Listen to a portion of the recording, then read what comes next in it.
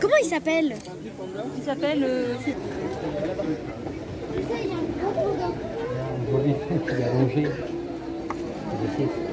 Qu'est-ce qu'il est beau!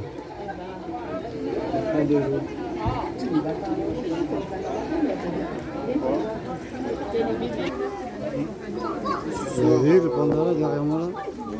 Il est mignon. Hein, voilà.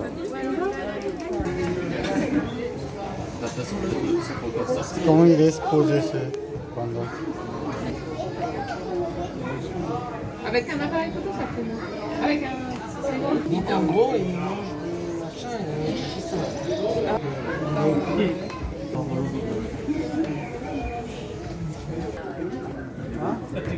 Vétérinaire, sous la base du renforcement positif et surtout du volontariat, bien sûr. 10 des pandas géants, par contre, attention, c'est pas plus de 2 pommes par jour et pas tous les jours.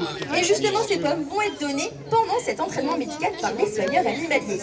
Ainsi, eh bien, une fois que l'animal a réalisé un comportement souhaité par le soigneur animalier, pour collecter ses urines afin de détecter des potentiels changements hormonaux, afin de savoir à quel moment elle sera en chaleur.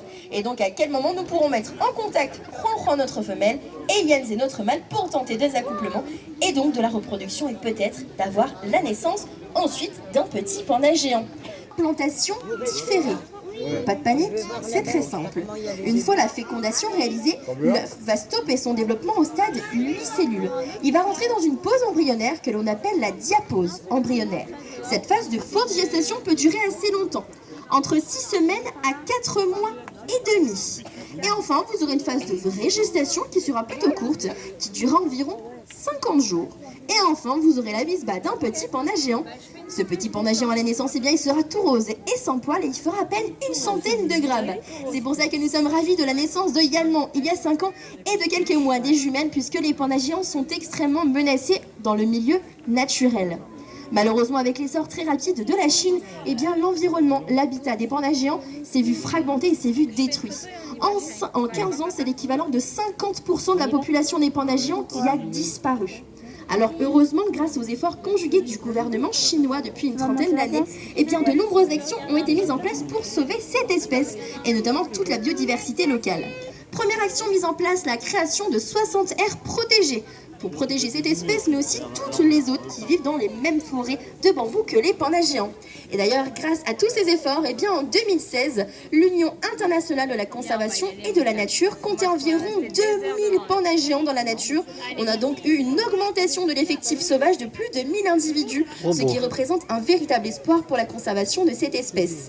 D'ailleurs, leur statut de conservation a été modifié dans le bon sens. Ils sont donc passés du statut de en danger à vulnérable. Donc ça donne un véritable espoir pour la protection des pandas géants.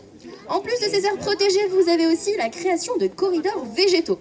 Qu'est-ce qu'un corridor? C'est tout simplement un pont formé à base de forêts de bambou. Alors premièrement, ça rapporte à manger pour les pandas géants. Et deuxièmement, ça permet de faire de la connexion, de la connectivité entre les différents individus pour leur permettre de se retrouver pour s'accoupler et faire le brassage génétique indispensable à la survie de l'espèce. En plus de tout cela, vous avez aussi 3 bases de reproduction en Chine, dont celle de Chengdu, où sont nés notre femelle Huan et notre mâle Yanzé, et où ira d'ici quelques mois à son tour Yanman pour lui aussi participer au programme de reproduction et donc de conservation de son espèce. Et enfin, différentes associations comme notre association Boban Nature, eh bien, ont participé financièrement à la conservation de cette espèce, puisqu'effectivement l'association Boban